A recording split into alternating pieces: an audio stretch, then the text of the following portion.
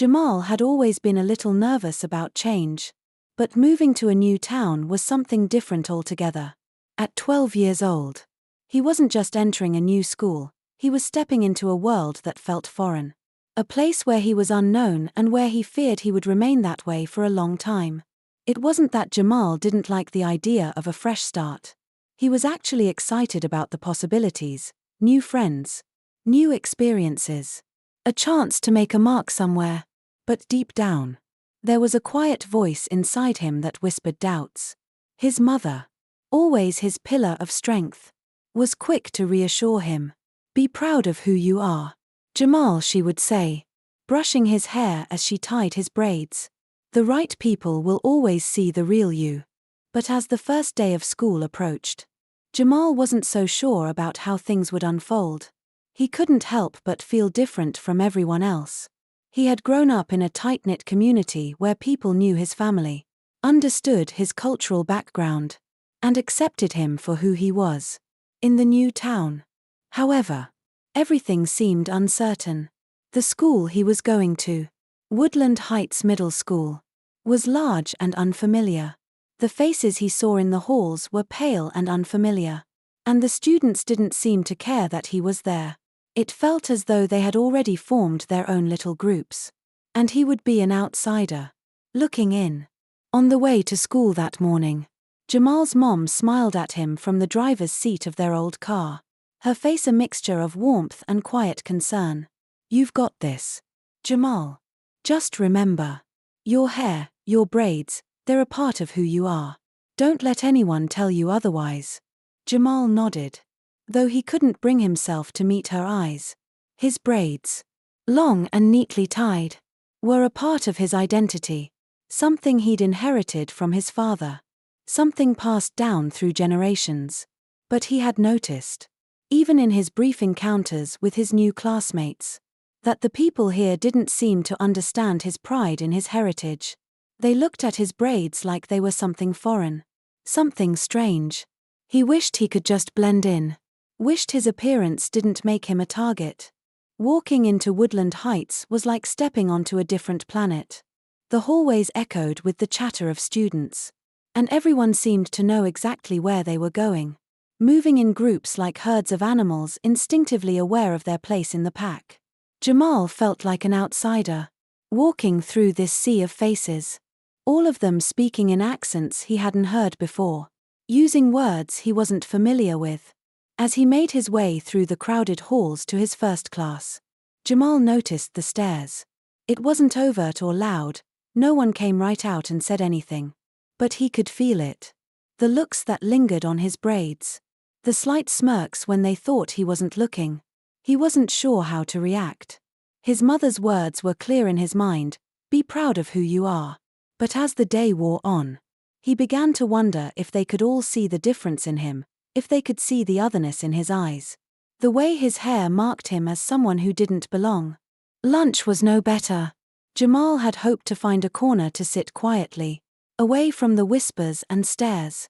But the cafeteria was a whirlwind of noise and activity, and the cliques had already formed. As he made his way toward an empty table, two students, a boy and a girl, waved at him from across the room.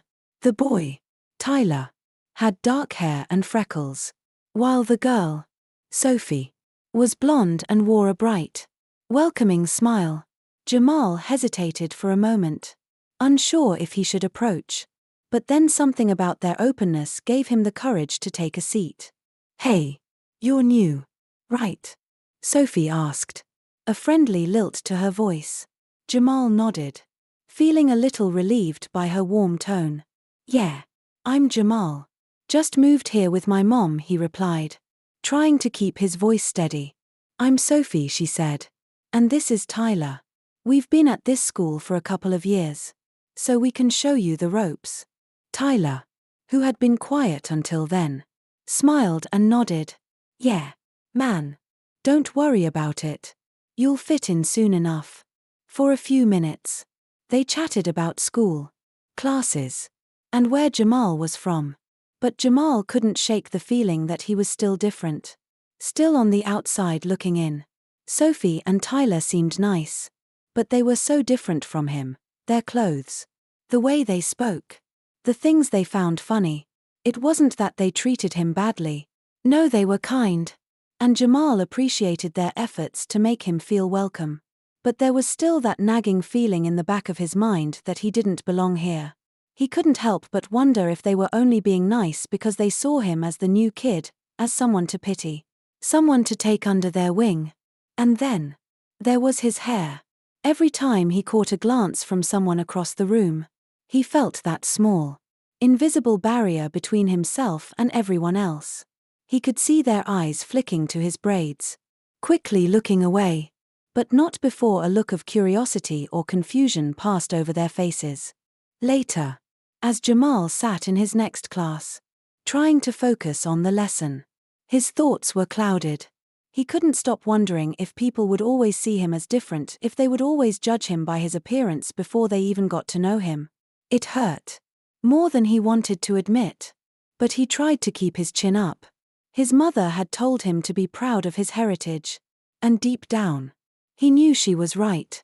Still, the ache in his chest wouldn't go away. As he left school that afternoon, walking to the car with his mom, he didn't say much. He just stared out the window, watching the world pass by. It was a strange feeling, to be surrounded by so many people and yet feel so completely alone. His mom noticed. "How was your day, Jamal?" she asked gently. Jamal sighed, his shoulders heavy with the weight of his emotions. "It was okay, I guess. But, Mom, I don't know if I fit in here." She reached over, placing her hand on his. "You don't have to fit in, baby. You just have to be yourself. People will love you for who you are, even if it takes some time to find the right ones." Jamal nodded but didn't answer. He wanted to believe her. He really did. But deep down, he was unsure if anyone would ever see him for who he truly was, not just as the kid with the braids, but as Jamal. The days that followed didn't get any easier for Jamal. In fact, each passing day seemed to add a layer to the tension he was already feeling. The whispers in the hallways persisted. And even though Sophie and Tyler remained friendly, there were still moments when Jamal felt like the odd one out. But it wasn't until gym class that things truly began to unravel. Jamal had always loved sports, especially basketball. Back in his old town, he'd played on a local league, his dad cheering him on from the sidelines. He was good, really good, and he had the confidence to match. So when he learned that Woodland Heights had a strong basketball program, he was eager to join. His mom had been supportive as always, encouraging him to give it his best shot. After all, basketball was a place where Jamal felt like he belonged, where his skills spoke louder than his appearance. But when he walked into the gym for his first practice, Jamal quickly realized that this was going to be much harder than he had anticipated. Coach Harris was the gym teacher and the head coach of the basketball team.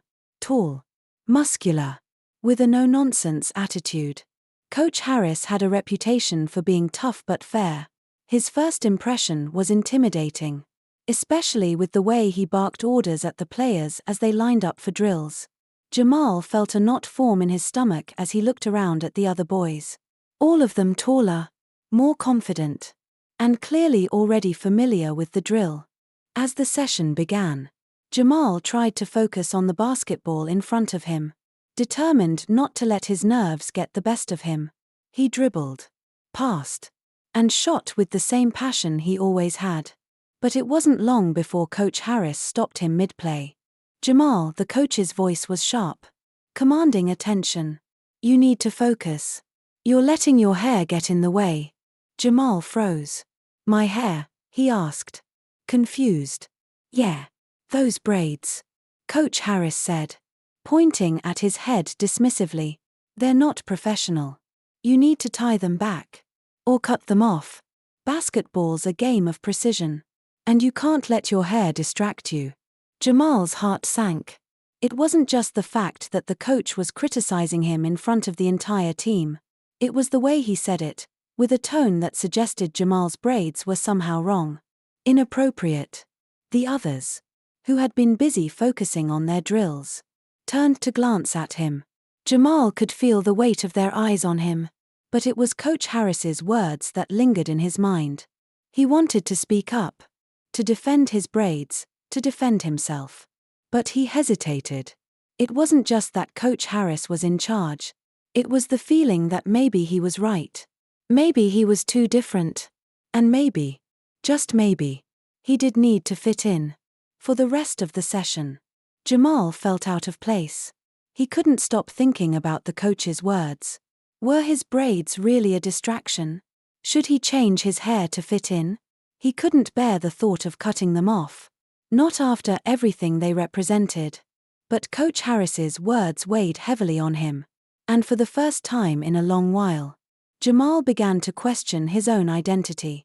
After practice, Sophie and Tyler found him by the locker room, both of them with concerned expressions on their faces. "Hey, are you okay?" Sophie asked, her voice quiet. "We saw what happened out there with Coach Harris." Jamal sighed, running a hand through his braids, his chest tight with frustration. "I don't know. I don't know if I can do this.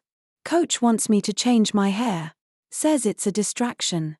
"That's crazy," Tyler said, shaking his head. "Your hair is fine. Who cares what he thinks?" But Jamal wasn't so sure. He'd always been proud of his hair. But now, with Coach Harris's words echoing in his mind, he began to wonder if his pride was misplaced. Maybe his appearance was an obstacle to fitting in, to being accepted. Sophie put a hand on his shoulder, her voice soft but firm. "Don't let him get to you, Jamal. You don't have to change for anyone. Not for Coach Harris. Not for anyone." Jamal forced a smile, appreciating the support. But the doubt still lingered in his heart. Would standing up for himself be enough?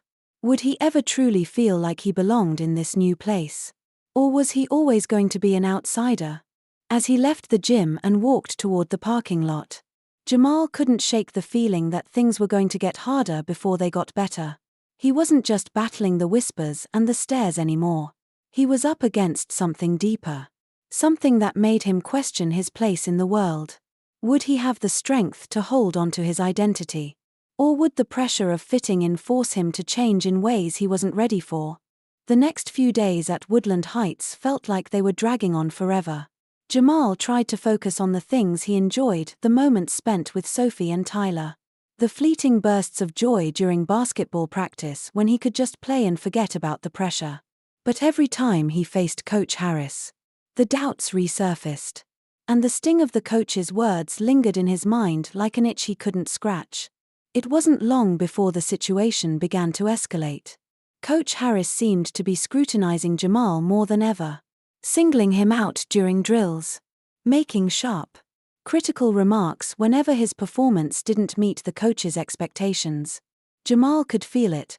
There was something personal about the way the coach spoke to him. Something beyond the usual tough love approach he applied to the rest of the team. The coach's disapproval of his braids was becoming a constant undercurrent in every practice. During one particularly grueling session, Coach Harris had called a timeout after a scrimmage. The team gathered around, sweaty and exhausted, and Jamal could feel his pulse racing as the coach's gaze locked on him. "Jamal, I need you to focus," Coach Harris said, his voice sharper than usual. "You're not just playing for yourself out here. You're playing for the team. And your hair," he motioned toward Jamal's braids with a dismissive wave. "It's holding you back. You need to show some discipline. A player who can't even manage his appearance isn't someone I can count on." Jamal's heart skipped a beat. The other players stood silently, eyes on the ground, avoiding looking directly at him. He wanted to speak, to tell Coach Harris how wrong he was. But the words stuck in his throat. He didn't want to cause more attention. Didn't want to seem like he was making a scene. But it was becoming increasingly difficult to ignore the impact of the coach's words. He had been raised to understand that his braids were part of his cultural identity, his pride, his heritage, and yet Coach Harris made it feel like they were a burden. Something to be ashamed of. Sophie and Tyler had noticed the tension, too. After practice, as Jamal sat by himself on the bleachers, he could see the concern in their eyes. They had grown used to seeing Jamal as someone confident, someone who stood tall no matter the situation. But this Jamal, quiet, withdrawn, frustrated, was someone they hadn't seen before. "Jamal, you've got to stand up to him," Sophie said, sitting beside him. "What Coach Harris is doing isn't right. He's attacking you for something that has nothing to do with basketball. It's personal. It's about who you are." "I don't know if I can," Jamal replied, the words feeling heavier than they should. "I'm not sure I can keep doing this. He's the coach. He has control over the team, over my place here. I don't want to make things worse." Tyler sat next to him, his usual easygoing nature replaced with a more serious tone. "You can't let him get away with it, man. If you don't stand up for yourself, no one else will." Jamal's thoughts swirled. He had always been the kind of person who kept his head down, who stayed out of conflict. But this felt different. This wasn't just about basketball anymore. This was about something deeper. Something that went beyond the court. This was about his identity, his sense of self, and the way he was being treated because of it.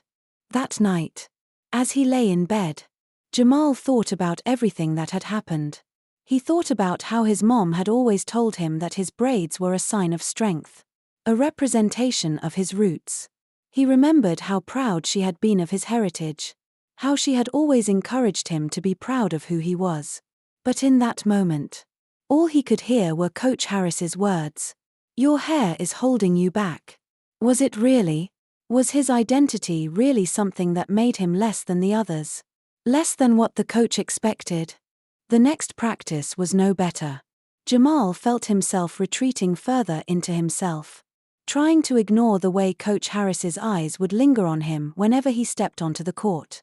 Every missed shot, every fumbled pass seemed to invite criticism that was harsher than it needed to be.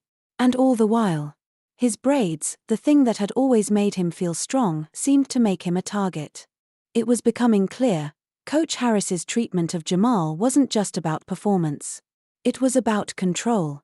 About forcing Jamal to fit into a mold he wasn't meant to fit. And with every passing day, Jamal's frustration grew. How much longer could he keep up the facade, pretending that he didn't care when everything inside of him was screaming that he deserved better? The days blurred together as Jamal's inner conflict deepened. The tension between him and Coach Harris was no longer something he could ignore or push aside. It was becoming impossible to separate the sport he loved from the uncomfortable reality he faced every time he stepped onto the basketball court. The court, once a sanctuary, had become a battleground where Jamal's identity was in constant question. The pressure built up in ways he hadn't anticipated. Each practice felt like an emotional weight on his shoulders. An exhausting balancing act between being true to himself and fitting in with the expectations that Coach Harris, and perhaps others, had of him. His braids, his pride, his cultural identity had become the focal point of an ongoing battle he hadn't signed up for. He wasn't just being judged as a player, but as a person. And each time Coach Harris made another remark, each time he singled Jamal out in front of the team, it felt like a little piece of Jamal was chipped away. It came to a head one afternoon during a particularly intense practice. The team had been running drills for hours, and Jamal, already tired and mentally drained, was trying to push through. Coach Harris had been on him all practice, pointing out every mistake with greater intensity than usual. Jamal could feel his patience wearing thin, but he tried to focus on the game. Basketball had always been his escape, his way of forgetting about everything else. But today, even that felt like an impossible dream. Midway through a drill, Jamal missed a layup. He had no excuse for it. He knew he could do better, but Coach Harris was quick to seize on the moment, calling for a timeout. "Jamal." Again, Coach Harris barked, his voice cold. "How many times do we have to go over this? You're better than this. But you're not showing it. You're not focused. Your hair," he hesitated for a moment. his gaze fixed on Jamal's braids. "Your hair's distracting you. It's time to get serious." Jamal's heart sank. His fingers gripped the basketball a little too tightly as he tried to steady his breath. He didn't want to show it. But the coach's words hit him harder than he could express. How could Coach Harris not understand? How could he not see that his braids weren't a distraction? They were a part of who Jamal was. A part of his history. His heritage. But all Coach Harris saw was something that didn't fit his narrow vision of what was acceptable. Jamal felt humiliated. Trapped between his love for basketball and his desire to stay true to himself. The tension was palpable as the other players stood quietly, watching the exchange. Jamal knew they were all thinking the same thing. Was it really his hair that was the problem? Or was it something deeper? Something more personal? But no one dared speak up. They were all afraid of the coach. Of the consequences of challenging his authority. Jamal was alone in this fight. After the timeout, the rest of the practice felt like a blur. He tried to block out Coach Harris's voice. Tried to focus on the game. But it was impossible. Every time he caught a glimpse of the coach's disapproving gaze, it reminded him that he was being judged not just as a player, but as a person. The joy he had once felt on the court was now replaced with a gnawing sense of dread. When practice finally ended, Jamal felt a sense of relief. But it was fleeting. As he changed in the locker room, he caught a glimpse of himself in the mirror. His braids, his identity, looked back at him, as if they were reminding him of the battle he had yet to face. The conversation with Sophie and Tyler lingered in his mind. They had encouraged him to stand up for himself, to challenge Coach Harris. But Jamal wasn't sure he could. He was exhausted, physically, emotionally, and mentally, and the weight of the situation seemed unbearable. What could he do? If he spoke out, it might cost him the game he loved.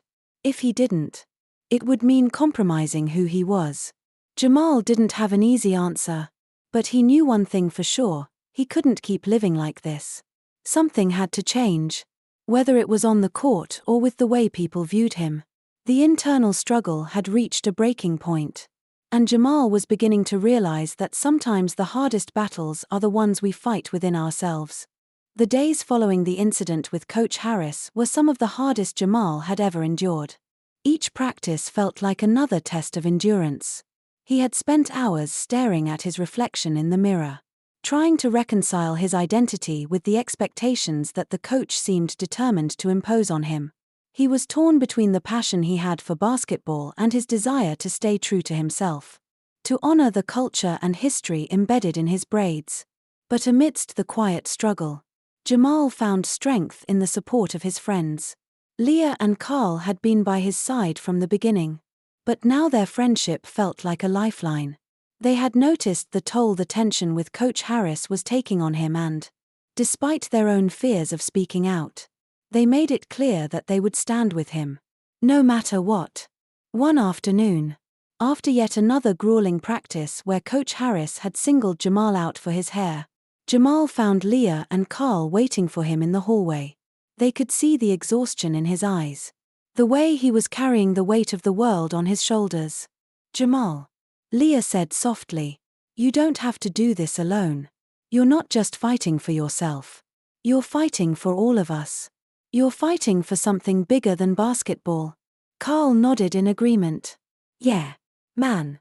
You're not the only one who feels it. People are talking about you, about your hair, and it's not right. We can't let them keep doing this to you." Jamal looked at his friends, their faces full of concern, but also full of something else, determination. They weren't just sympathizing with him, they were ready to take a stand. The weight that had been pressing down on him for so long started to lighten. Just a little. For the first time in days. Jamal felt like maybe, just maybe, he wasn't alone in this fight. Still, doubts clouded his mind. "I don't know if I can do it," he admitted.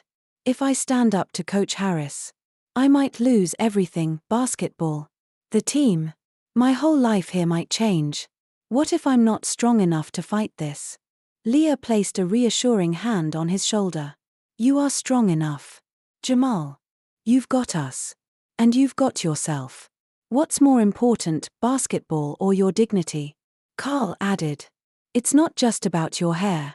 It's about showing everyone that they can't define you. You're more than what they see. Jamal swallowed hard, fighting back the tears that threatened to rise. The weight of their words was powerful. They were right. He wasn't just standing up for himself, he was standing up for his identity. For the culture that had shaped him. For every other kid who felt the pressure to conform in silence. In the days that followed, Jamal found himself thinking more and more about what Leah and Carl had said. He wasn't sure exactly how to approach the situation. But the idea of standing up for his dignity, the dignity of being himself, resonated deeply within him. Every time Coach Harris made a disparaging comment, it became harder to ignore the injustice he was facing. He realized that if he didn't speak up now, he would always feel like he was compromising who he was. It wasn't just about basketball anymore. It was about something far more important, his right to exist as himself without judgment. Without fear. Jamal had spent years learning to love his identity. And no one, not even Coach Harris, could take that away from him. With the encouragement of his friends and a renewed sense of purpose, Jamal began to plan his next move. He knew the road ahead wouldn't be easy. But he also knew that he couldn't continue to let fear control him. It was time to speak up, to fight back, and to reclaim what was rightfully his identity, his culture, and his right to be seen as more than just a stereotype. The next time Coach Harris made another snide remark about his hair, Jamal wouldn't back down. He was ready to confront the coach, ready to show him that he would not be silenced. The fight for his identity had only just begun. Jamal's decision to stand up for himself came at a cost he hadn't fully anticipated. When he finally confronted Coach Harris, the exchange was tense, charged with the kind of energy that seemed to vibrate through the gymnasium walls. His voice was steady, though his heart raced as he spoke. "Coach, I can't change who I am for this game," Jamal had said, his words deliberate but firm. "My braids are part of who I am. They represent my culture, my family, my history, and I won't let anyone make me feel like I have to hide that." For a moment, it seemed as if the world had stopped moving. Coach Harris had stared at him, eyes narrowing. Jamal waited, but there was no response. Just a silence that felt more oppressive than any words could. Coach Harris didn't apologize or back down. But Jamal knew something had changed. He wasn't sure what it was exactly, but he could feel it in the air, the shift of power, the newfound courage in his own chest. However, the aftermath wasn't as simple as Jamal had hoped. While he stood his ground, the pressure to conform had never felt more intense. Other students, especially those who had already whispered about his hair, now began to question him openly. They made comments. They gossiped. It became harder to ignore the undercurrents of racism and prejudice that ran beneath the surface of the school. Jamal began to realize that his battle was bigger than one man. It was a system, a community that had yet to fully embrace diversity. But Jamal wasn't alone anymore. His father, who had always been a quiet force of strength in his life, had noticed the toll this situation was taking on his son. A man of action and deep conviction, Jamal's father had spent years fighting for fairness and equality in his own way. When he saw the emotional strain on Jamal, something snapped within him. He wasn't going to let his son face this injustice without taking a stand. Jamal's father contacted the school's administration, demanding an immediate meeting. He outlined the emotional harm Jamal had suffered, the bullying, the isolation, and most importantly, the racist undertones of Coach Harris's actions. He wasn't going to let them sweep this under the rug. And when the school's initial response was tepid at best, he knew he had to take more drastic measures. Within days, word of Jamal's story had spread beyond the school's walls. A few of Jamal's classmates, Leah, Carl, and others, began to organize, circulating a petition and calling for a demonstration. The students were fed up. They saw what Jamal was going through. And they were determined not to let it slide. It wasn't long before the local media caught wind of the situation. Reporters began to ask questions. Cameras began to roll. And Jamal's story reached a broader audience. The town, which had always prided itself on its traditional values, was now forced to reckon with its own biases, with its treatment of Jamal, and with the ugliness that sometimes hid behind the veneer of politeness. The protests that followed were powerful, peaceful but resolute. Students, parents, and local activists gathered outside the school, their signs emblazoned with messages of solidarity and justice. "Stand with Jamal" read one sign, while another boldly declared, "Our hair, our culture, our choice." Jamal watched, amazed, as the people he had once felt disconnected from rallied together. There, on the steps of the school, stood the community he had once thought would never understand him. He wasn't just fighting for his right to wear his braids anymore, he was fighting for every student who had ever been made to feel different. For every kid who had ever been told they weren't enough as they were. His father, standing beside him in the crowd, put a hand on his shoulder and squeezed. "This is bigger than us, Jamal. This is about what's right." As the protests gained momentum, Jamal knew that something significant was happening. It was no longer just his fight, it was a movement. And for the first time in a long while, Jamal felt the weight of hope instead of fear. His voice, joined by the voices of so many others, was beginning to make a difference. And while there was still much to be done, Jamal knew one thing for certain: the fight for his dignity and the dignity of others had only just begun. The day Jamal's braids were forcibly cut by Coach Harris felt like a seismic shift. As if everything he had worked so hard for, every ounce of courage he had summoned, had been shattered in one cruel, final act. Jamal didn't expect the situation to escalate this far. He had hoped that his stand would be enough to make his point, to show that he was willing to fight for his identity. But that morning, as Coach Harris had taken matters into his own hands, cutting his braids without asking or considering the pain it would cause, Jamal's entire sense of self had crumbled in an instant. The physical act of cutting his braids felt like an assault on his very being. His hair, the part of him that connected him to his family, his culture, and his heritage, was now reduced to discarded pieces on the gym floor. It wasn't just the humiliation of the moment that burned in Jamal's chest, it was the feeling of being forced to erase part of who he was. The part of him that made him unique, special, and proud. As the scissors sliced through his braids, Jamal didn't speak. He couldn't. The words stuck in his throat, caught between rage and disbelief. His heart pounded in his chest.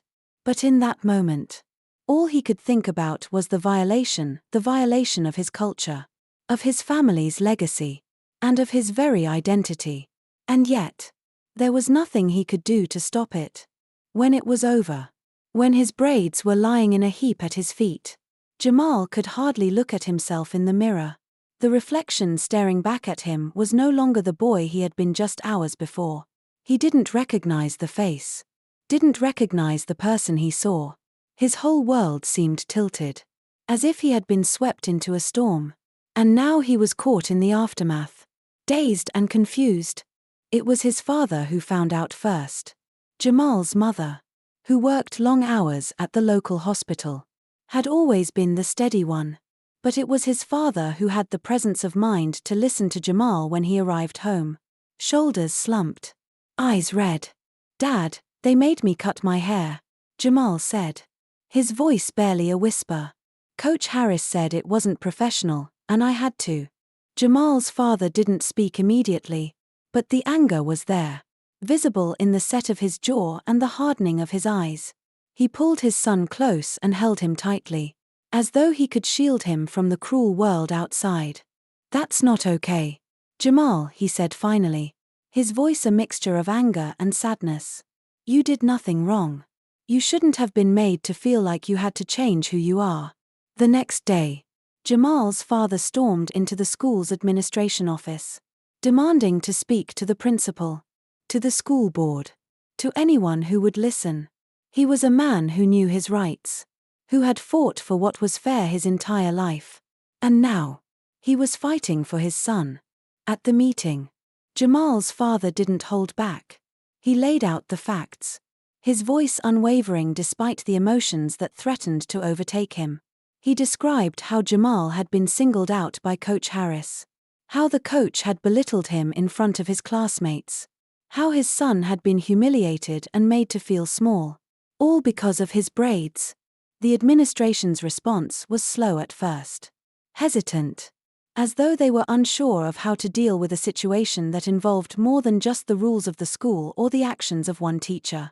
The principal muttered vague reassurances about looking into it, about investigating, but Jamal's father wasn't satisfied.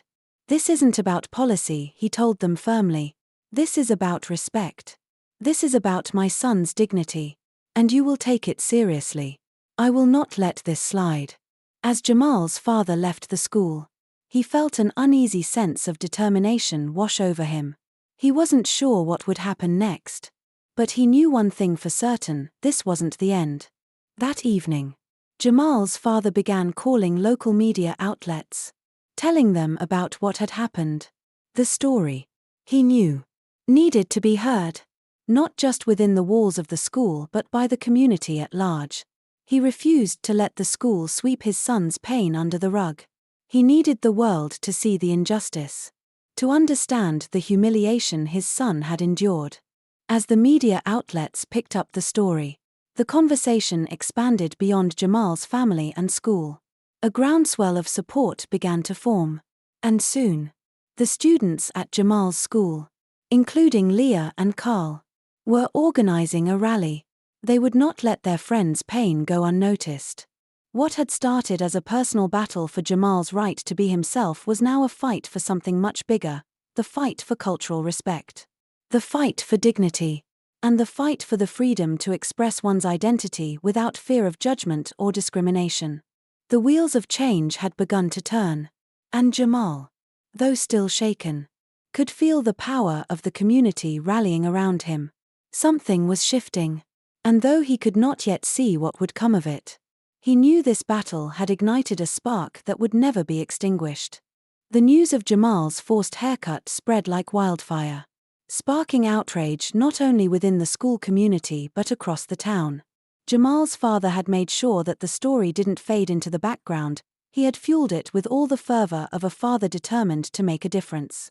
Within days, the school's administration was overwhelmed by calls, emails, and messages from concerned citizens, students, and even local organizations who demanded justice for Jamal. At school, Jamal could feel the change in the air. It was as though something invisible was moving, something powerful that had been waiting for the right moment to surface.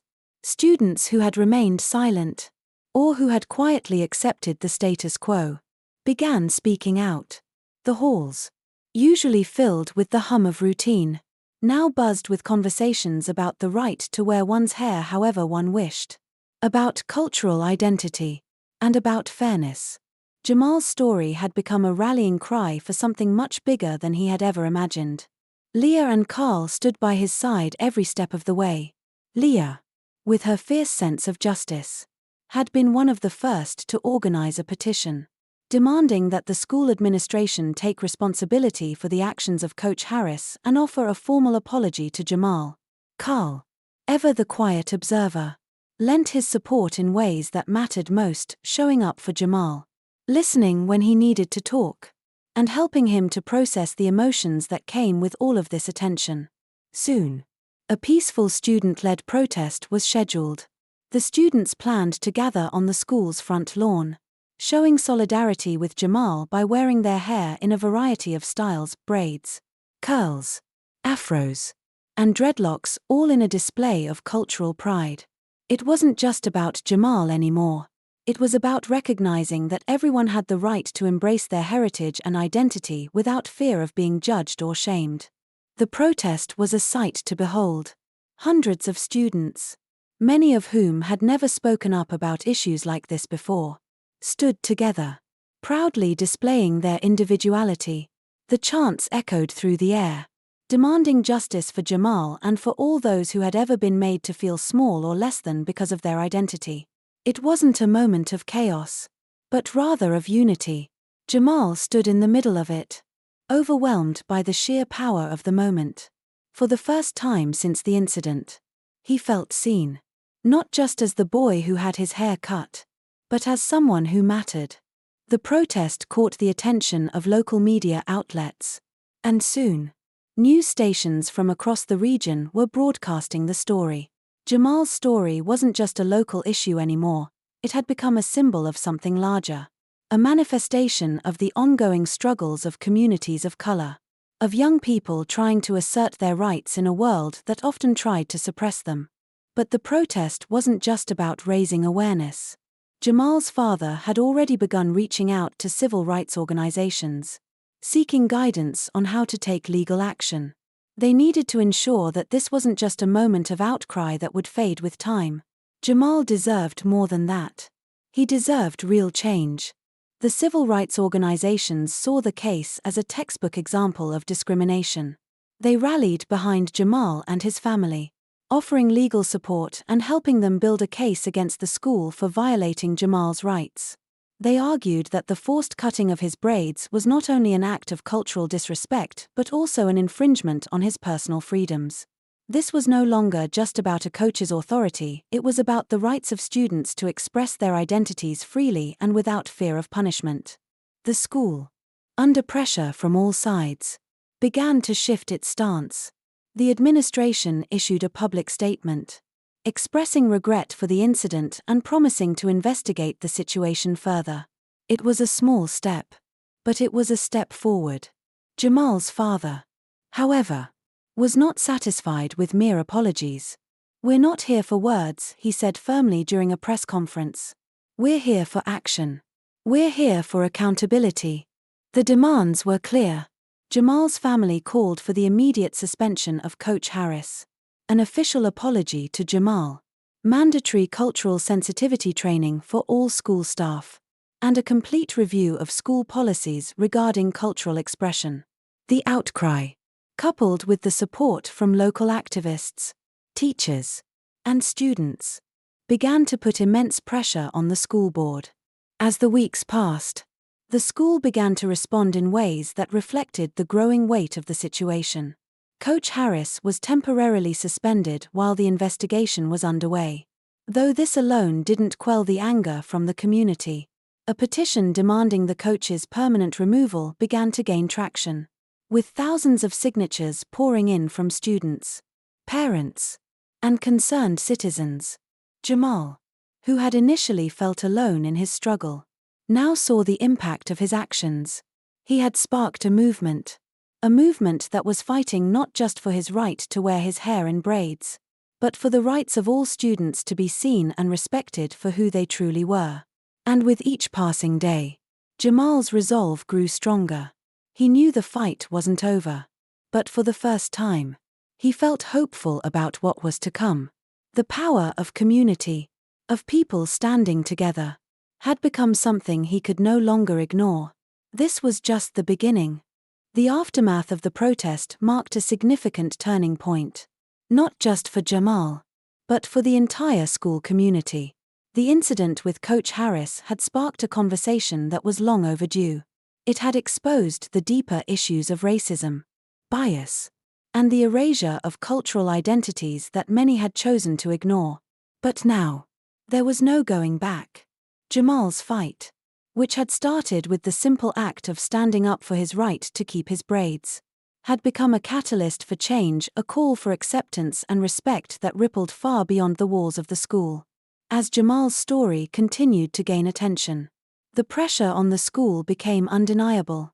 Jamal's father, relentless in his pursuit of justice, kept the momentum going by organizing meetings with the school board, speaking with journalists, and advocating for systemic change. He knew this wasn't just about a single incident. This was about creating an environment where all students could thrive without fear of judgment, where cultural differences weren't merely tolerated but celebrated. Slowly, the school began to take tangible steps toward reconciliation. Coach Harris was permanently removed from his position. Not just for his discriminatory behavior but also for creating a hostile environment that undermined the values of respect and inclusion. The district issued a public apology, acknowledging the harm done to Jamal and the wider community. The apology was important. But for Jamal and his family, it wasn't enough. They wanted action that would ensure this never happened again. And so, the school implemented changes that would lay the groundwork for long-term transformation. A series of cultural competency workshops were introduced for the staff, aimed at fostering an understanding of diverse cultural practices and identities. These workshops weren't just about hair or fashion, although those were discussed at length, but about understanding the richness of the cultures that students brought with them into the classroom. It was about learning how to support all students, no matter their background, and recognizing that their differences didn't make them lesser, they made them unique and valuable. Jamal's story had inspired the creation of a new student-led diversity course that would be incorporated into the curriculum. The course was designed to encourage students to engage with issues of race, identity, and culture in meaningful ways, with a focus on fostering empathy, respect, and self-awareness. The school, recognizing Jamal's pivotal role in sparking this change, decided to name the course in his honor. It was a fitting tribute, one that would ensure his legacy endured long after the protests had quieted. The course quickly became a cornerstone of the school's mission to foster inclusivity. Students, many of whom had never given much thought to issues of cultural identity, began to engage in conversations that challenged their assumptions and broadened their perspectives. Jamal, who had once felt like an outsider, became a symbol of resilience, a reminder that one person's voice could create ripples that changed the tide. For Jamal, the entire experience was transformative. What had started as a personal battle to keep his braids had evolved into something far more profound. He had discovered the power of standing up for himself and for others. He had learned that the fight for justice was not always easy, but that it was always worth it. He had found strength in his identity, in his roots, and in the community that had rallied around him. And perhaps most importantly, he had learned the true meaning of empowerment. It wasn't about winning or losing, it was about being true to yourself and standing up for what you believe in, no matter the odds. The school year ended on a hopeful note. Jamal's peers, inspired by the changes that had taken place, embraced the diversity initiatives with enthusiasm. There was a renewed sense of unity, not just within the student body but among the teachers and staff as well. The lessons learned through Jamal's struggle had planted seeds that would grow for years to come.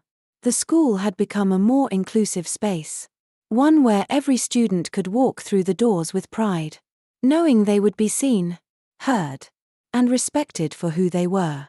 As Jamal looked back on the events of the past year, he couldn't help but feel a deep sense of gratitude, not just for the changes that had come about, but for the journey that had led him here.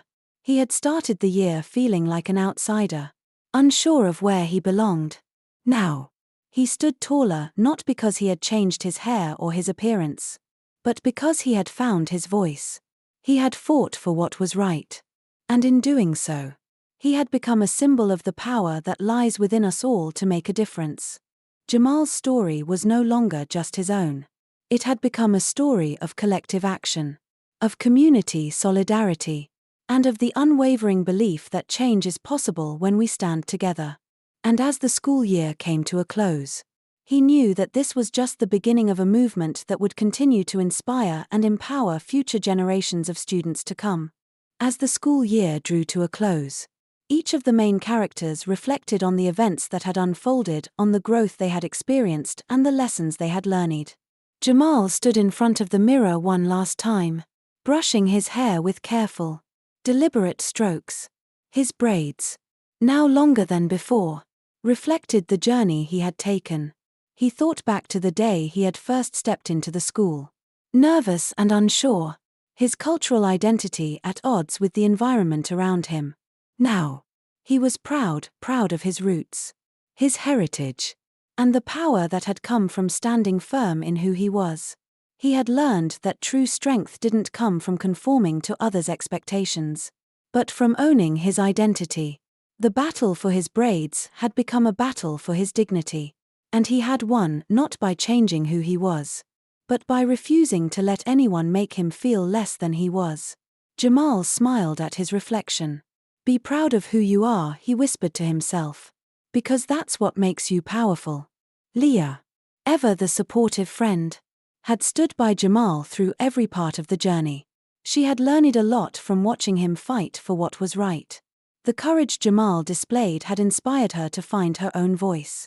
Leah had always considered herself an ally, but now she understood the importance of active participation in fighting for justice. It wasn't enough to stand on the sidelines, hoping things would get better. She had to speak out, to challenge the injustices around her.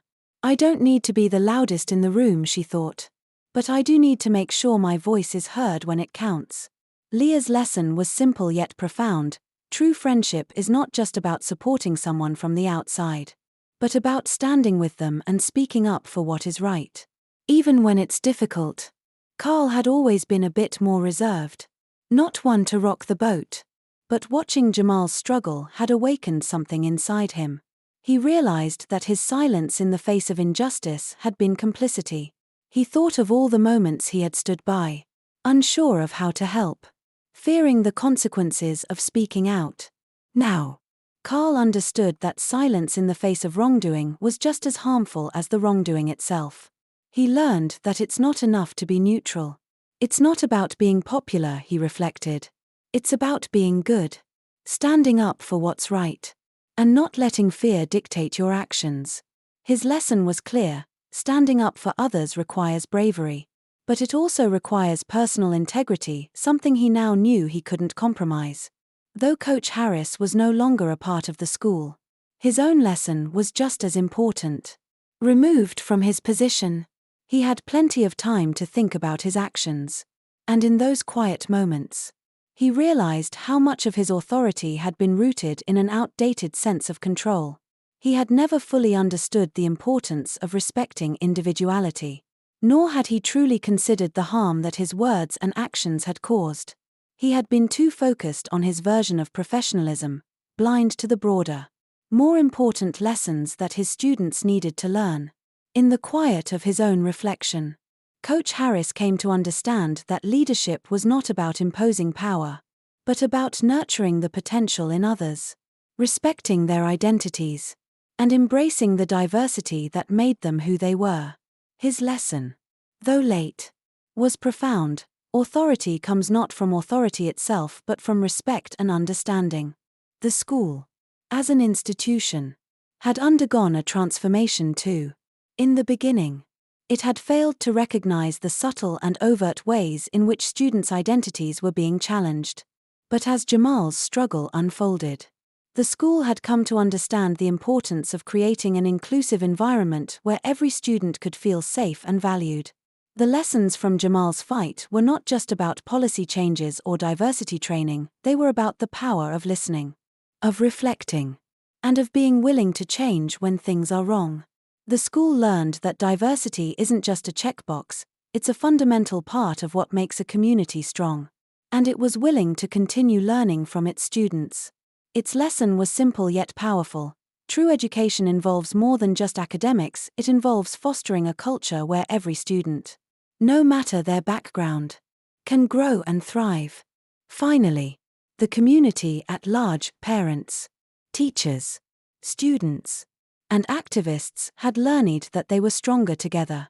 Jamal's fight for his braids had turned into a fight for everyone's right to be who they were without fear of judgment. The protest had shown them the power of unity, of coming together to support one individual and, in the process, fighting for everyone. They had learned that change is not something that just happens, it is something that is fought for, one small step at a time. We can't wait for change to come, they thought. We have to make it happen. Their lesson was clear: solidarity in the face of injustice creates lasting change. And standing up for what's right is always worth the effort. As the school year ended, Jamal, Leah, Carl, Coach Harris, and the entire community walked away with lessons that would last a lifetime. The story wasn't just about one student and his braids, it was about finding strength in who you are, standing up for others, and creating a world where everyone is valued. And as Jamal looked toward the future, he knew that these lessons would guide him, not just in school, but in everything he did.